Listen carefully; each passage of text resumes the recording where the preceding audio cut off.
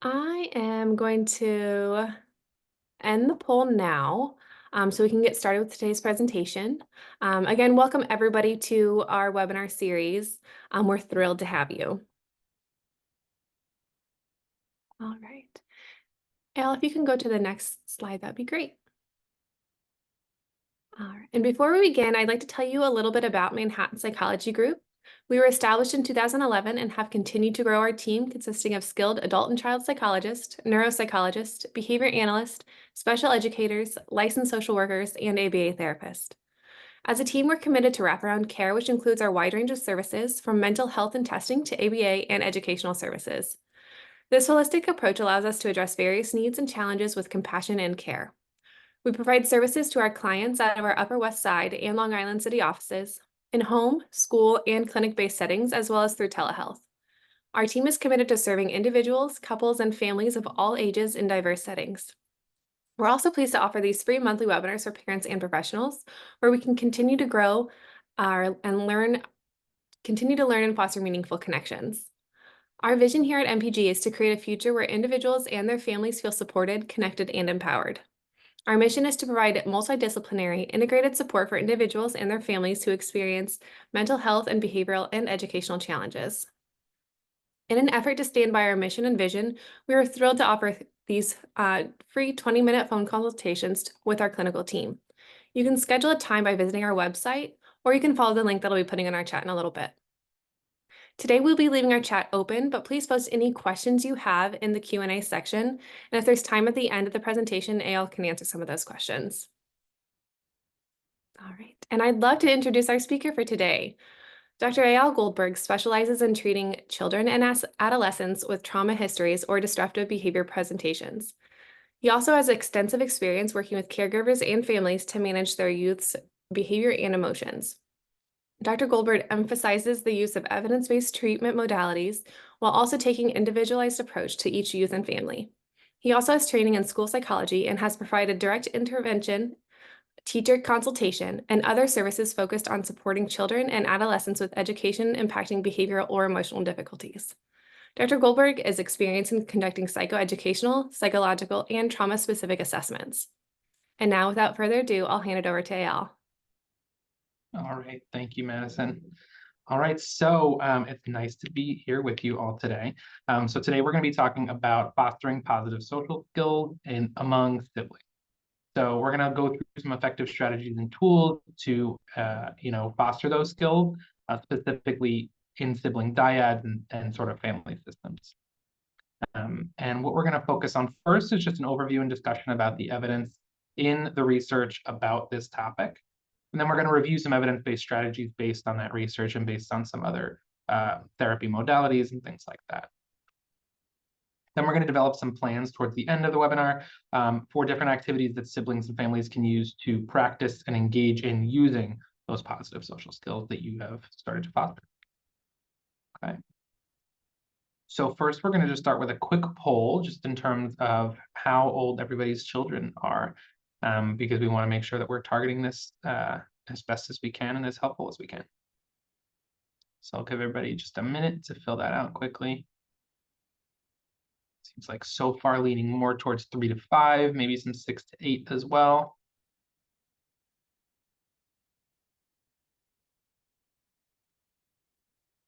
Okay.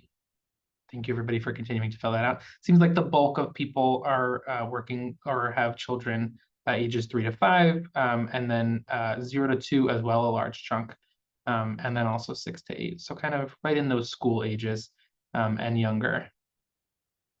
Okay. Well, thank you all for filling that out. We are now going to move forward. Let me get the poll out of my way. All right, so let's start with just what are social skills, kind of what are we talking about in terms of when we say fostering social skills, positive social skills. So this includes a lot of different domains. Merrill and Gimple were some of the eminent researchers in terms of defining social skills and working with them in the literature. So those domains are peer relations, and an example of that, of a social skill under peer relations is empathy. It also includes self-management, compliance, and assertion. We're not necessarily going to focus on every single domain today. but a lot of what we're going to talk about is going to cover one or multiple of these domains.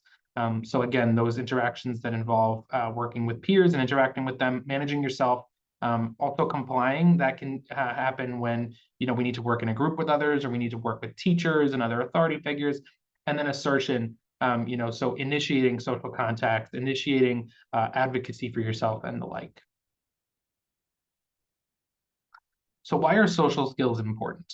And I'm gonna get to this question, so I'm gonna skip this one just in terms of discussion. We're gonna have more discussions later on. But the reasons that social skills are important are really kind of endless. They're very foundational for a lot of different aspects of life and daily functioning. If you think about all the different times during the day that you interact with others, whether that's over email or in person, when you're ordering a coffee, when you need to coordinate with other people for work, they're very, very necessary skills for daily life. And even with technological advances, even with email, social media, all those things, even navigating social interactions on those sites involve social skills, understanding other people's perspectives, and how to interact with the world and people around you. Social skills contribute to interpersonal, occupational, academic, and emotional success, really kind of all of the above. And child behavior problems and aggression are significantly linked to deficits in social skills. One of the things that can often happen for children who are lower on social skills is when they don't know how to express themselves. This can lead to more conflict and other disruptive behavior as they try to interact with their peers, but maybe not in the most socially appropriate ways. And social skills training in childhood is also associated with lower aggression and other antisocial outcomes. So things like delinquency and antisocial behavior is what we use in the field as a term for any behavior that basically goes against social norms.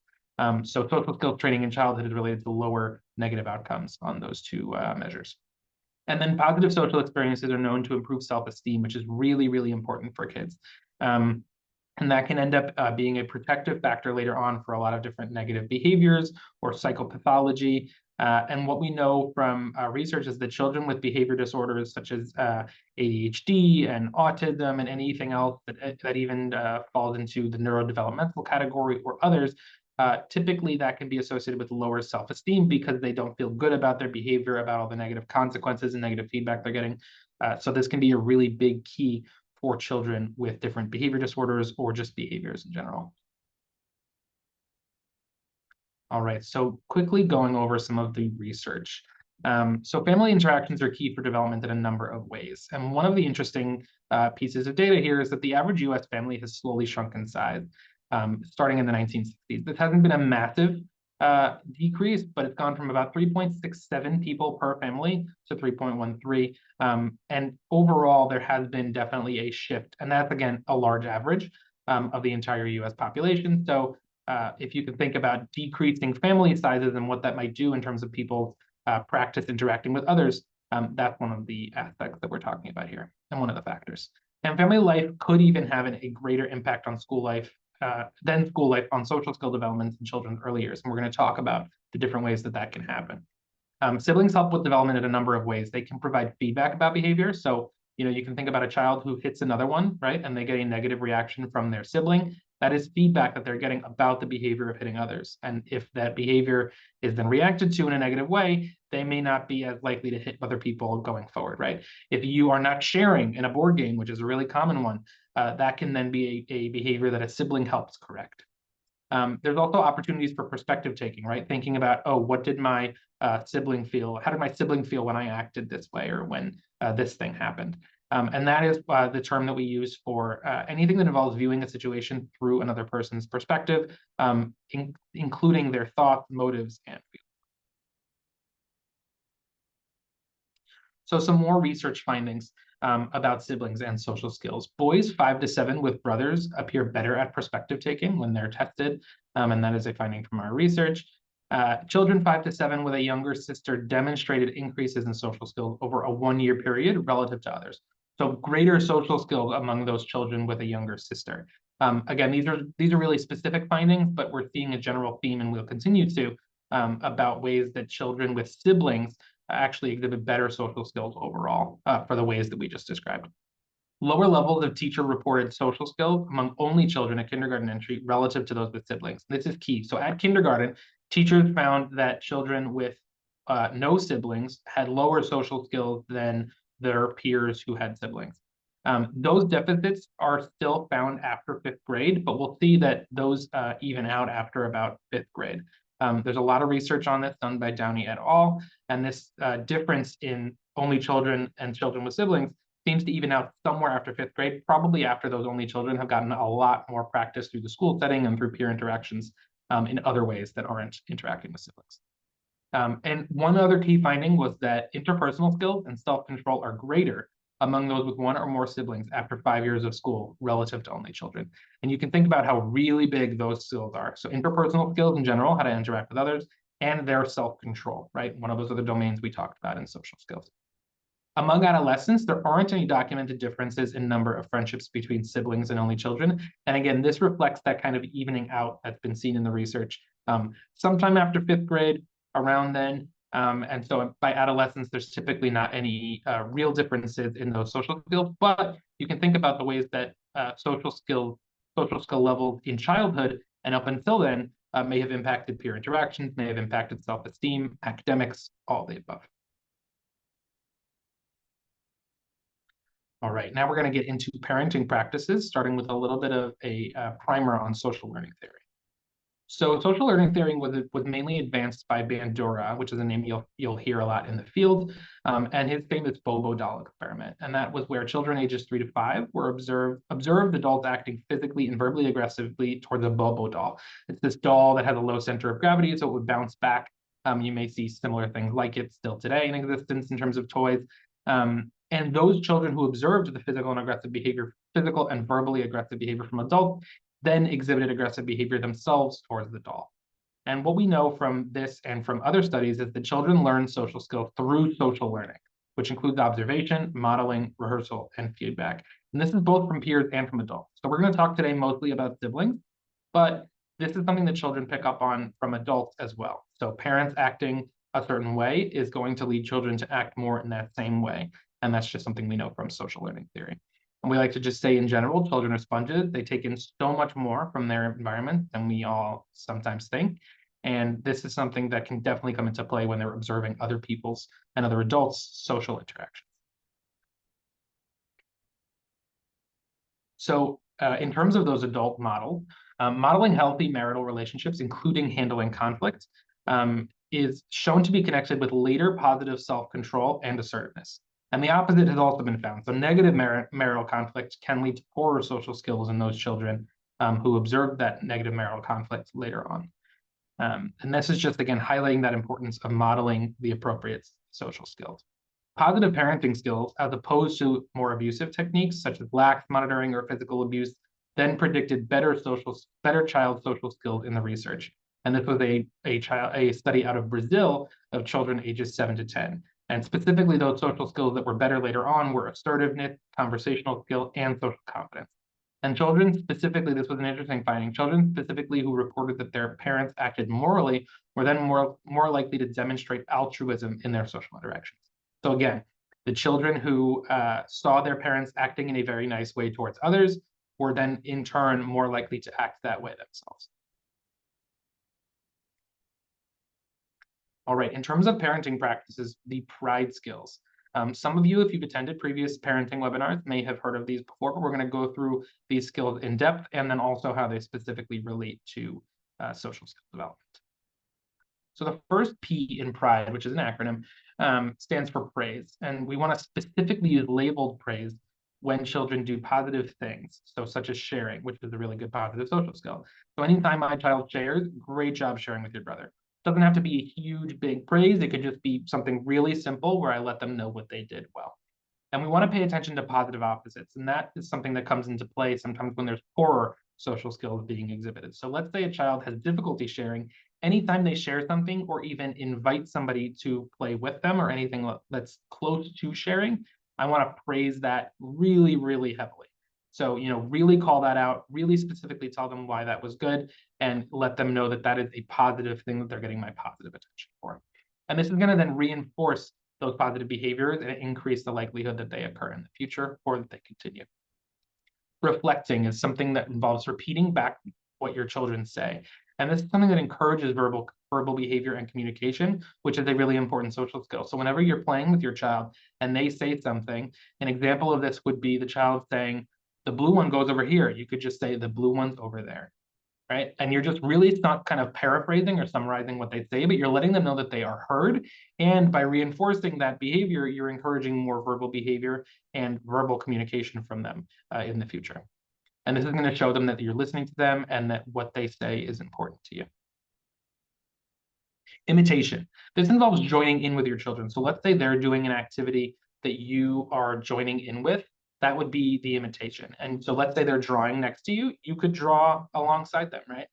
Doesn't have to be the exact same drawing, but you want to just sort of be doing it with them and showing them that this is proving their chosen activity, and you're going to teach them appropriate play skills, right? So if they're playing and they're just kind of wrecking a tower, right, and not sharing the pieces, right? If you are playing next to them and you start sharing with them and just saying, you know, oh, can I have that one? And you start to share with them, that is going to model for them those appropriate play skills on top of all the other positive social skills you're going to be modeling. Describing. This is what we sometimes call sportscasting, just because it's an easy way to describe this one, no pun intended. But this is when you describe the positive things that your children are doing. We don't want to describe everything, but anytime a child is doing something positive, we want to be making sure that we're kind of labeling that verbally and out loud. And this is going to help maintain their attention. There's a lot of research that shows that when parents are describing their child's behavior, they then remain much more focused on the activity at stake. And this is going to provide the positive attention to those appropriate behaviors, again, indicating their approval. So if they are appropriately playing with their sibling, if they are appropriately playing a game, we want to make sure we're labeling that and describing that for them to show that it is something that we appreciate, and to label it for them and show them what they're doing, right? Sometimes kids will like share, for instance, without even realizing it. They'll just kind of, you know, push aside one piece that they don't need and say, here you go. And you can say, great job sharing. And that'll give them a second to say, oh yeah, I was sharing and that was pretty good. Enjoyment. This is sometimes, you know, the one that comes most easily for parents, but we want to show children that you're enjoying when you are playing with them and when you are, you know, interacting with them and they're interacting with their siblings, whatever the situation is.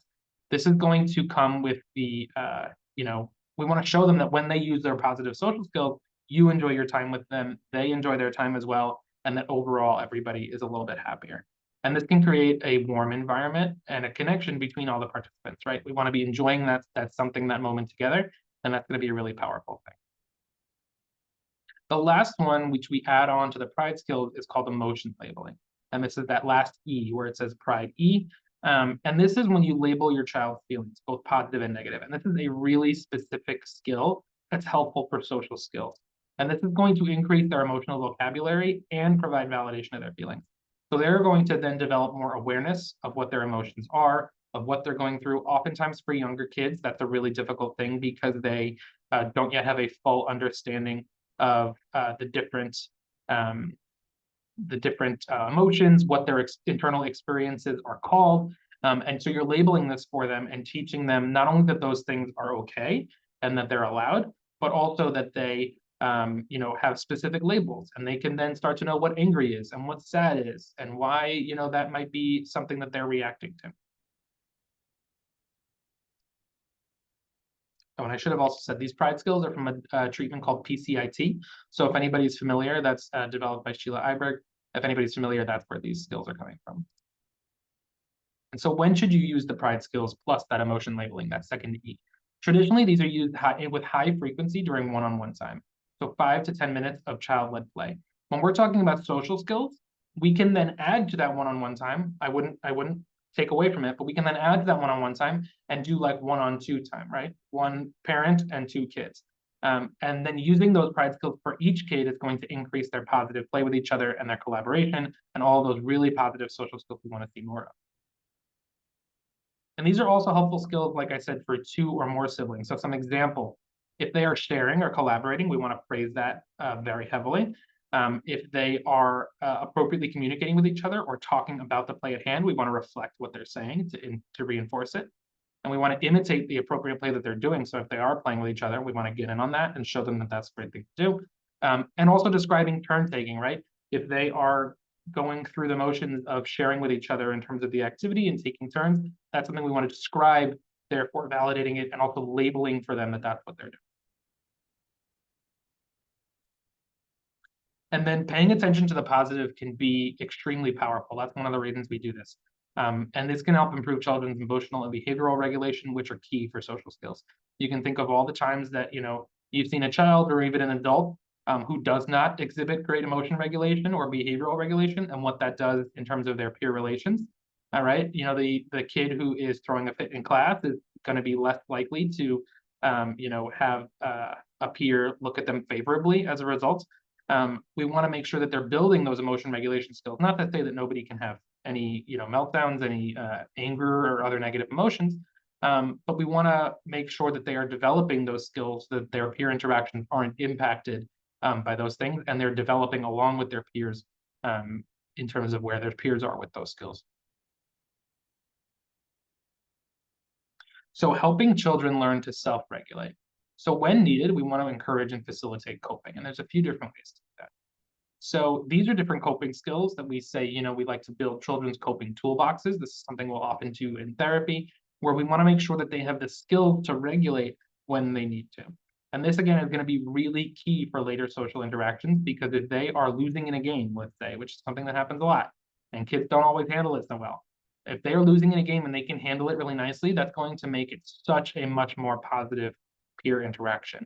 If they're playing a board game with a peer, they lose, they throw a fit, they get really angry, they say you cheated, whatever it is, they're going to be then less likely to continue to build that friendship and have more positive social interactions going forward.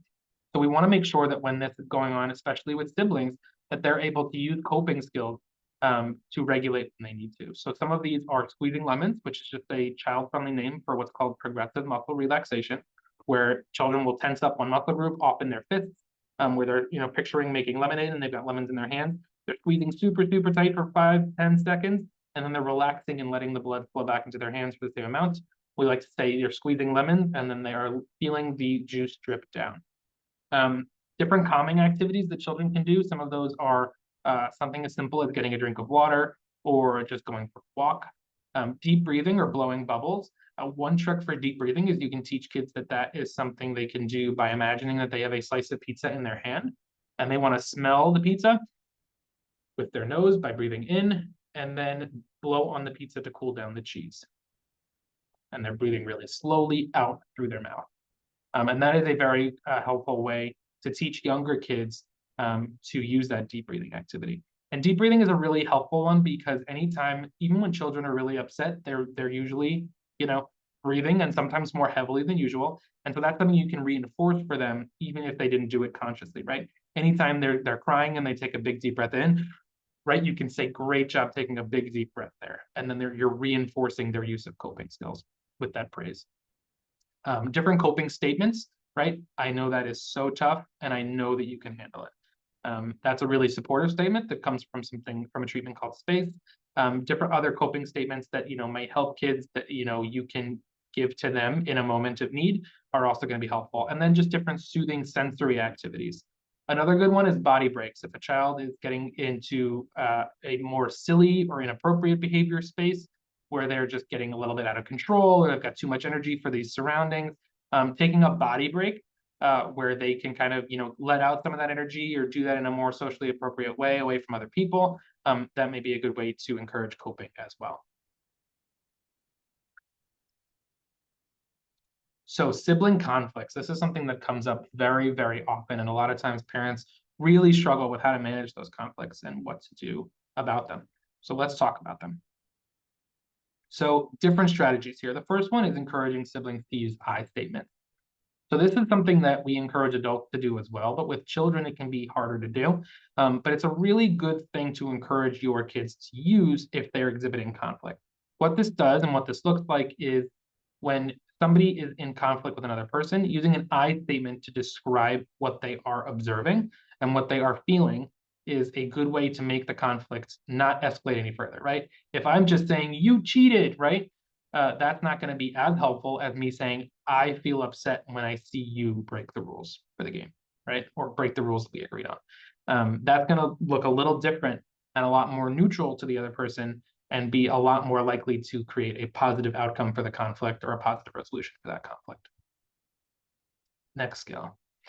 The next thing we want to do is allow each sibling to be heard and validated as appropriate, right? We never want to just shut down when a children is trying to speak after a conflict. We want to make sure that they each get their turn to feel heard by the adults who are helping mediate the conflict. And we want to make sure that they are therefore feeling validated. A child is just shut down before they can kind of say their piece. They're going to get a lot more frustrated. They're going to feel like they shouldn't even explain themselves going forward and shouldn't verbally communicate their feelings. And we want to avoid that outcome as much as possible. So by validating, we're really teaching them the opposite. We also want to guide siblings to use social problem-solving strategies to come up with a solution. And what that means is there's different steps out there and different programs you can Google for social problem solving. But the general guideline is that the first step is going to be to just sort of brainstorm solutions, right? This can be if there's like a conflict about a game, or they're disagreeing about how to do something, or we should do this first, no, we should do that first. There's some sort of disagreement about play, right, with siblings. This happens all the time. Using social problem solving, that first step would be to just brainstorm solutions. The second would be to choose what I think would be the best solution. Third would be to try it out.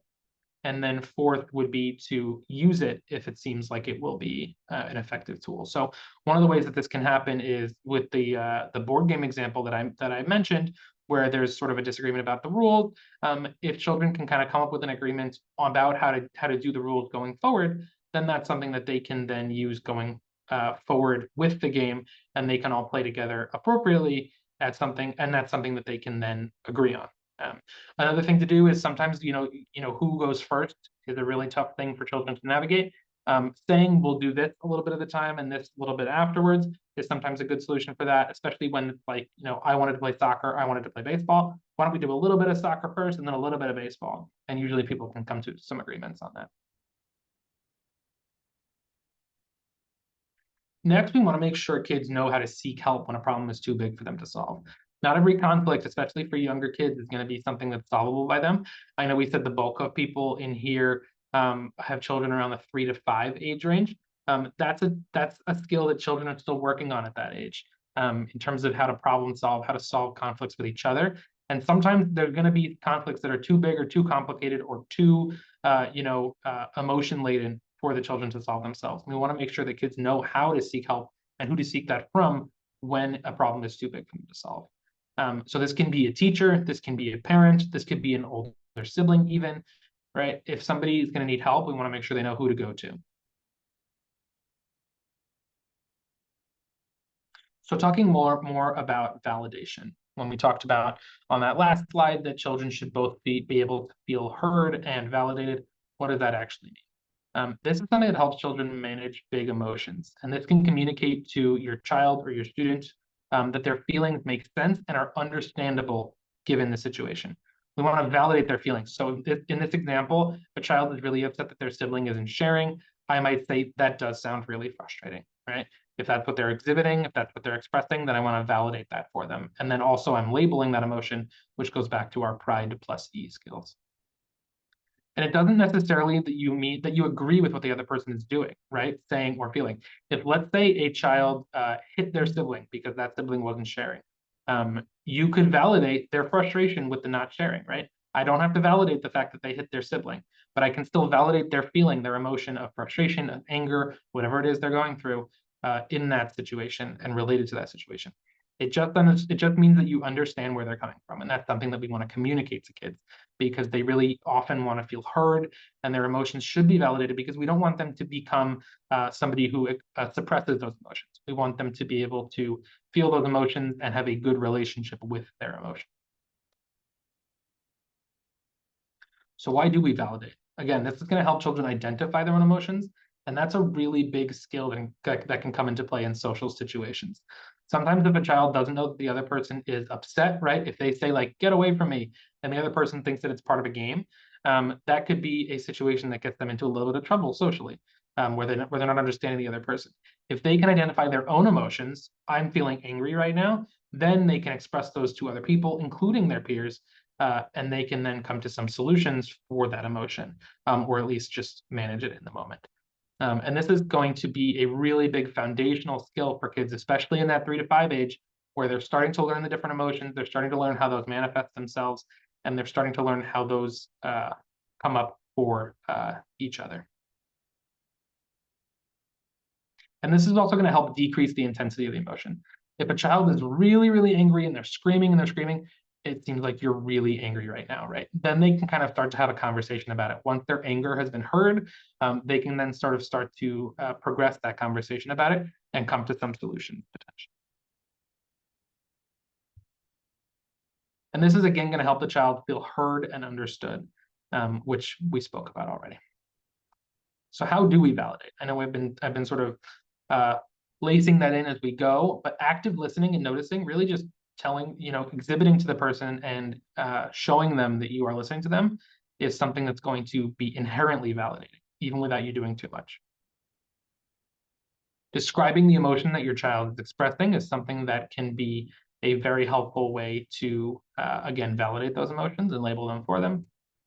And then responding in a way that shows you are taking your child's emotions seriously. So anytime that you can validate their feeling and then also make sure that you are responding in a way that acknowledges that feeling, we want to do that. So, if I just say, if a child is really angry that they hit their sibling and they were really frustrated and they, there was this conflict about a board game, about a game, whatever, about play, whatever it was.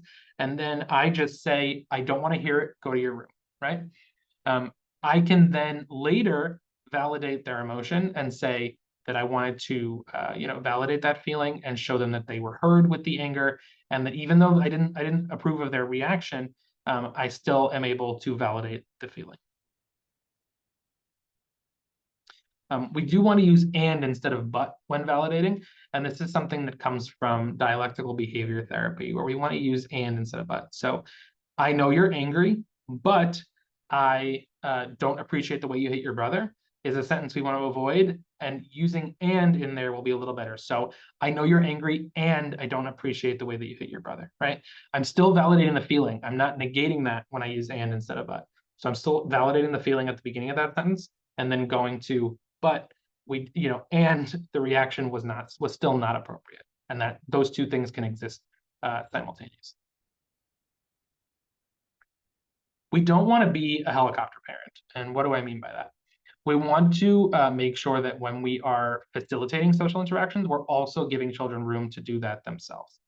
So we want to help facilitate early interactions, and reinforcing or helping children build on their skills is going to be helpful in terms of striking a balance between facilitating those interactions for them and letting them do it themselves to build those skills. We do want to have children make mistakes, right? That is something that children need, that rehearsal and feedback from their environment, which we spoke about before, and from their peers and from their siblings.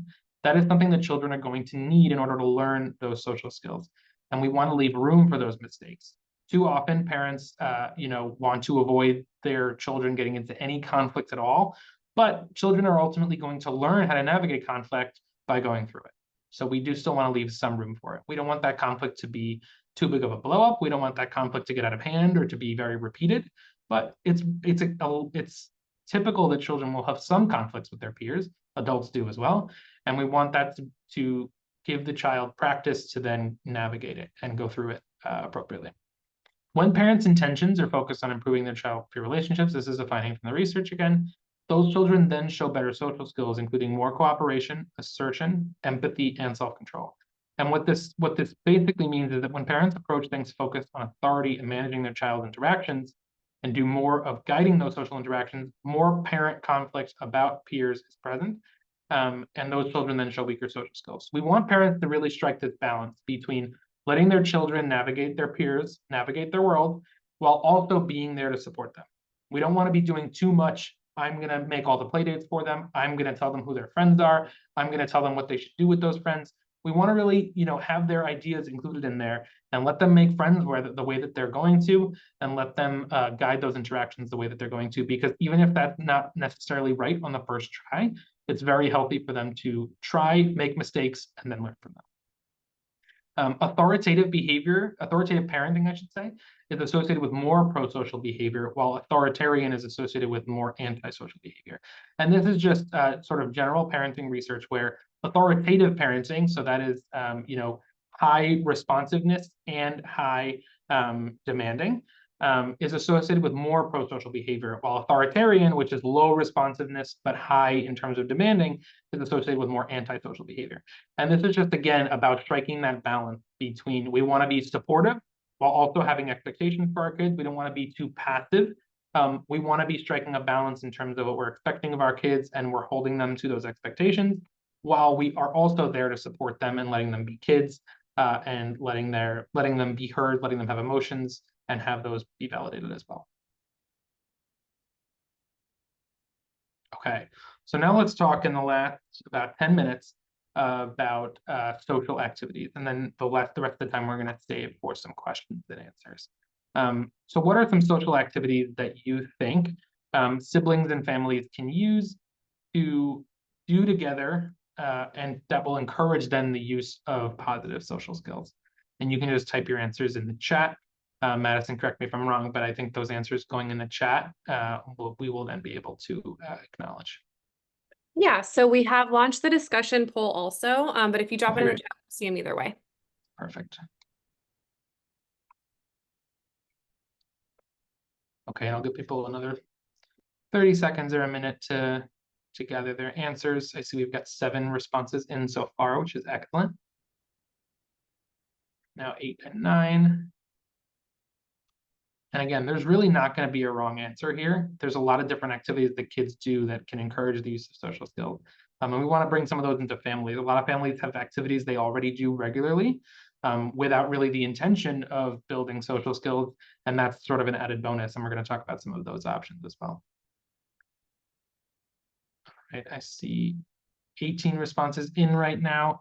I'm going to give it just another few seconds in case anybody's finishing theirs up. And then I will end the poll. Okay. All right. So, whoop. Not able to see the answers right here, but So a lot of people said board games, playing games okay. with family, Mhm. playing peekaboo, different table games, going outside to the park, family game night. Yeah, all really great. I love the idea of both board games, because board games are something that are actually very specific in terms of the way that they develop social skills for kids. They encourage kids to follow the rules of a board game, right? You have to sort of operate under this structure, and that's something that I'm going to get to in a second. You have to operate under this shared structure, this shared agreement about how the game is going to go. And that can be tough for kids, but it's something they need to learn to navigate. And then also all that free time is also so important. Learning how to entertain themselves, play with peers in unstructured ways is just as important as those more structured activities. I think I heard, peekaboo as well, right? Kind of, encouraging them to take another person's perspective. If you're playing peekaboo, for a really young kid, that's some really good, lessons for them about object permanence, about the other person's perspective and what that's going to look like going forward in their interactions. Yeah, so a lot of really healthy answers that people just shared, which is great. So let's talk about some others. So family game night, I think somebody mentioned that as well. Just taking turns, sharing material, winning and losing graciously. These are all really good social skills that are helped and advanced by that idea, by a family game night. Different board games that I know families have used in the past are Monopoly, Trouble, Chutes and Ladders. And again, these can be really frustrating for kids sometimes because they're not always going to go so smoothly. They're not always going to just, advance and win each time, but having them navigate that and work on it is still really, really important. Team games, so games where people are working together. This will encourage, collaborative play, collaborative activity in general, and then also managing that conflict again, right? Where they have to work together and they have to decide how to work together. That may lead to some conflicts if there's some disagreement about how to do that, and that's okay. We want them to practice navigating those conflicts. We don't always want to jump in just at the first sign of conflict, but really the later on moments where we said that we want them to know how to seek help when they need it. We want to jump in when it's clear that they do need the help, not always at the first sign of conflict. Heads up or headbands is one of my favorites. We use it in office all the time. And these are, heads up is the version that people would sometimes do on a phone or a tablet. But headbands is basically a game where you have a card on your forehead that the other person can see, and you have to ask questions to then get at the answer for what is on your forehead. And heads up is very similar. So you need to basically perspective take, right? And think about like, what is the other person seeing? What can I ask them that will, through their answer, give me the information that I need? And it's a really helpful thing. It's also very silly because everybody's wearing these headbands. And it's a very fun thing for families to do because the questions can get very silly sometimes. One of my favorites to also encourage families to do is breaking down social themes from a movie or TV show that both siblings enjoy. So if there's a TV show that kids and families are already enjoy together, that's something that you can sort of pause and just say like, hey, this character in Bluey, what do you think they were feeling? Why do you think that? What did you notice? Often cartoons and things like that are really good for showing those facial expressions. So you can say like, what about their body lets you know that they're sad, right? Oh, well, the shoulders are slumped, right? They're looking down, different things like that. And that's going to encourage that perspective taking. You could also pause it at a moment of conflict, which a lot of kids' movies and TV shows inherently have built in. You can pause it at a moment of conflict and ask the kids how they would navigate that conflict. What would you do? And then say, those are great ideas. Let's see how they chose to navigate it. And then going forward. So some more options: an art or science project using stimulating materials or related to a preferred topic. So what we want to do is, some kids are really into science or electronics. Getting them a little coding project to do is an excellent way to force them to work together, to share pieces, to share materials. And then for even more points, a project requiring working together. So that if let's say they're working on one large painting or one large sculpture together, one large tower, that could be a way to encourage them to work together and kind of be on the same team. Sometimes having kids invent a game together is a really nice way to force them to think about how other people behave. They have to design rules, they have to design turn taking, they have to design a structure, and that is something that having them think ahead in a forward thinking way is a really good thing to do, because that's a very good way to build their social thinking and their social skills. Dungeons and Dragons is one that a lot of families use these days, and it's fantastic. The parent can start out as what's called the Dungeon Master, basically the person in charge of different aspects of gameplay. And this can encourage collaboration and teamwork by siblings, right? If they have to work together to fight a mythical creature in the game or different things like that. And Dungeons and Dragons, there's a lot of materials out there online and in board games and different things like that. So if it's something you think your kids would be into, it's very, there's a lot of like mythical creatures and kind of fantasy gameplay. If that's something that you think your children would be into, I would definitely encourage you to look more into it. Okay, so we've reached the point where we're going to answer some of the questions that people have put in the chat, and we can get to those. Okay. I didn't see any questions put in the chat. However, if you do think of any, feel free to email professional development, and we will connect you with Eyal. He is a great resource. So if you guys do think of anything, definitely reach out. But we can take a little pause here to see if anybody does have any questions they want to post. Yeah, that would be great. Feel free to share those with us. Yeah, and those could be questions about a specific skill and how to facilitate that. It could be about a specific activity and how to go about it, anything like that.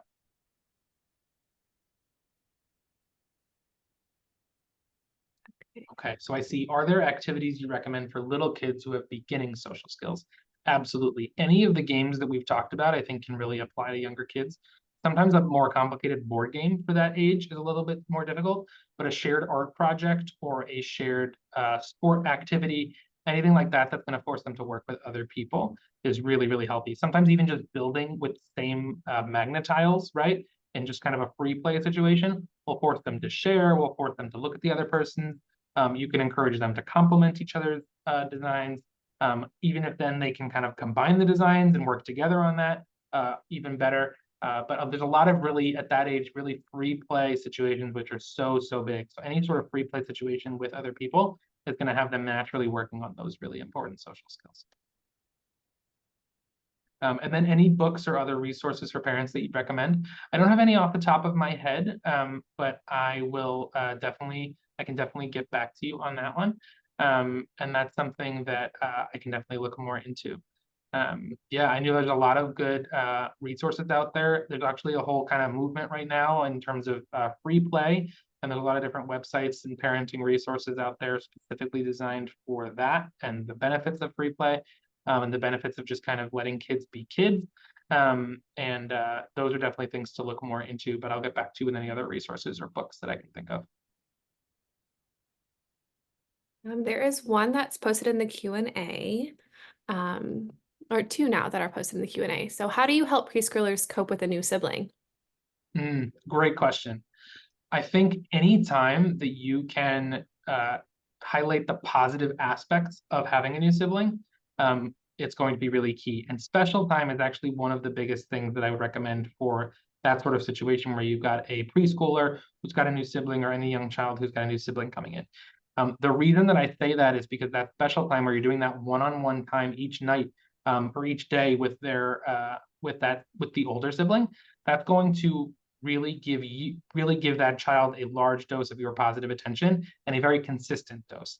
And sometimes what can happen is when there's a younger sibling and a new sibling, that can be really tough because for the older child, because the attention from parents is now shifting to the younger sibling. And so by doing special time, you'll help counteract some of that and really help them through it. And even if it's just kind of, spending a half hour with the child or half hour is really long, but a half hour to just talk with them or watch their favorite TV show with them, you're letting them know that they're still obviously your child, you still love them. And that's something that they can still expect from you. And then in terms of, I see one other question in the chat here, and then I know there's one other in the Q&A. What are your thoughts on using a group contingency to reinforce positive sibling behavior? I would say that if that's something that you need to use, so if you found that positive sibling behavior hasn't happened until then that can be really effective. Overall, though, I would try to let kids navigate some of those scenarios themselves, right? There's going to be times where sibling conflict is going to happen, and that's okay. But what we're talking about here is doing some sort of, let's say, like group reward, where if they can get along for the rest of the day, or for this activity, then later they get to watch a movie together. What I would say is that the reward should definitely be something that they can do together, because then you're having them work towards positive play with each other, while also then reinforcing those positive social skills with a movie or some sort of shared special activity, some sort of shared snack, right? Later we can go get ice cream if you guys can navigate the playground nicely together today.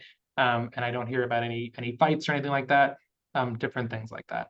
Anything that they can then share later on in terms of the reward while also reinforcing those skills will be even better. And then the question that's in the Q&A, can the Pride strategies work for encouraging social skills in single child families or families whose siblings have a large age gap? Absolutely, yeah. So those pride skills are really key, and we use them. They're actually designed not necessarily first to use with siblings. They're designed to be used in those one-on-one play situations, and they can be used really with any age. They're more geared towards younger children, really in the like 2 starting out kind of that age, and then 2 to maybe like 9 age range. But they're really positive skills just in general. And most of those pride skills are just positive parenting skills that have been repackaged for the use of PCIT, for use with PCIT, I should say. So highly recommend using them with any age and any age group. And they can always be tweaked. So let's say you have a younger child who, you want to praise. A 2-year-old saying, "Amazing job. I love the way you just shared with your brother," is an appropriate way. You wouldn't speak the same way necessarily to your 10-year-old or your adolescent. And so praise can definitely be one of those things that shift in terms of the age that it's being used for. So for an adolescent, like, great job sharing with your brother.